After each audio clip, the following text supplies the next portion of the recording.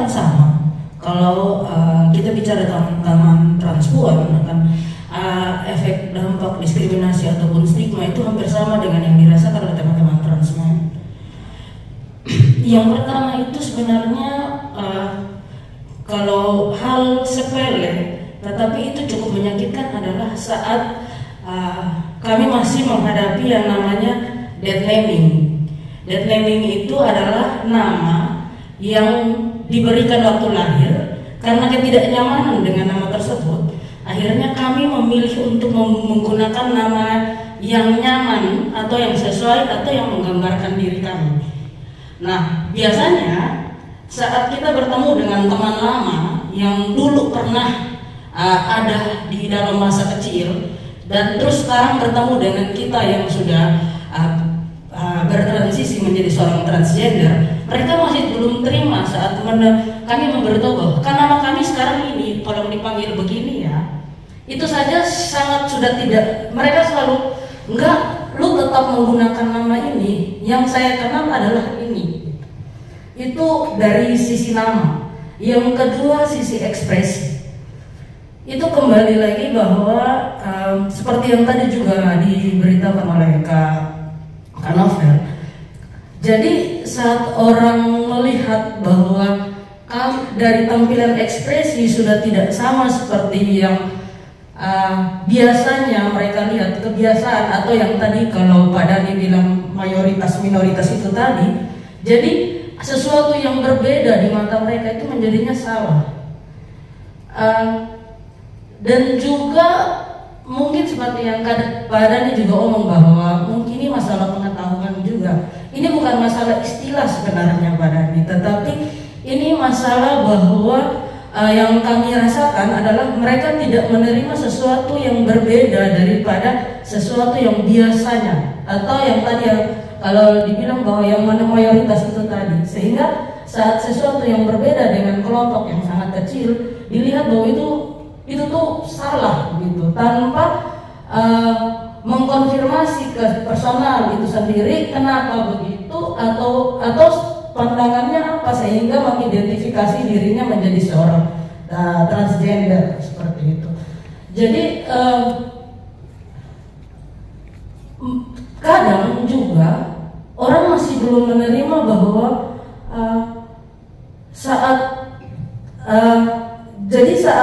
sekalipun orang menerima bahwa dia sudah punya gender transgender, tetapi masih juga kadang-kadang juga masih terkotak juga dengan yang namanya orientasi lagi.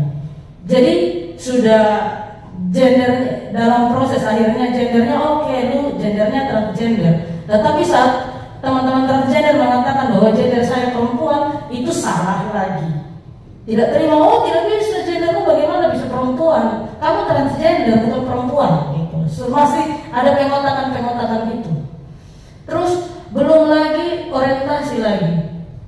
Orientasi, kalau masuk ke dalam orientasi saat di dalam pandangan orang, oh kalau lu sudah anggap diri lu transgender perempuan, berarti lu harus pacarannya dengan cis laki-laki contohnya. Jadi saat bertemu dengan teman-teman transpuan yang pacaran dengan teman-teman transpuan atau ketemu dengan transpuan yang berrelasi dengan transmen, itu menjadi aneh. Kenapa lu tidak mau balik lagi saja menjadi laki-laki yang tulen seperti yang mereka bilang itu? Kalau lu masih pacaran dengan contoh seperti dengan transmen yang notabene menurut khalayak ramai itu masih menganggap bahwa dia itu perempuan tomboy gitu. Atau contoh ada perempuan transmen yang pacaran dengan cis perempuan masih dianggap lesbian gitu. Itu hal-hal yang merasa risih buat teman-teman transgender yang notabene mereka punya gender yang berbeda, orientasi juga tidak sama dengan yang seharusnya menurut sosial gitu. Itu persoalan yang paling mendasar. Yang berikut adalah proses pendidikan juga. Akhirnya karena itu tadi, dead naming itu tadi, ekspresi identitas gender dan orientasi mempengaruhi lingkungan tempat tinggal, lingkungan keluarga sampai lingkungan pendidikan itu menjadi tidak nyaman karena tidak ada penerimaan dan pemaksaan. Kalau yang biasa kami sebut itu kepositifan yang dipaksakan. Maksudnya mereka menganggap bahwa oh tidak apa-apa hari ini kamu berekspresi begini, yang penting besok nikah ya. Selalu itu yang akan terjadi. Oh tidak apa-apa dia cuma gaya begitu saja, tapi nanti besok-besok nikah ya. Ingat lu boleh gaya feminin untuk teman-teman transpuan. Biasanya boleh gaya feminin, tapi ingat tidak boleh operasi ini itu ya.